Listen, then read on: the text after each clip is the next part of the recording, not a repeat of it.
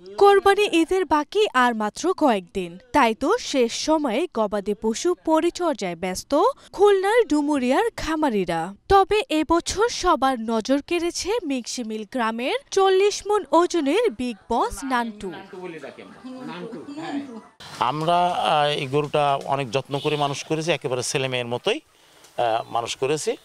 আগামীতে আমি বড় ধরনের একটা খামার করব প্রাণী সম্পদ অধিদপ্তরের পৃষ্ঠপোষকতায়। হ্যাঁ, এত বড় গরু আমি কোনোদিনও দেখিনি, আর আমি গরুটা দেখতে প্রতিদিন আসি আর কি। খামারিরা বলছেন গোখাদ্যের দাম বাড়ায় এবার গরু পালনে খরচ বেশি হয়েছে। তবে ভারতীয় গরু প্রবেশ না করলে লাভের আশা তাদের। খাদ্যর যে দাম গোখাদ্যর, এই খাদ্যের সাথে তুলনা করে এখন গরু পোষায় আমাদের লসের বেশি পড়ে এখন বর্তমানে।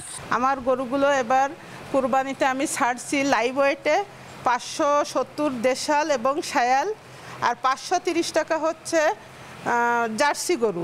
বাংলাদেশে ভারতীয় গরু ঢোকে তাহলে খামারিরা লাভবান হতে পারবে না, লস হবে।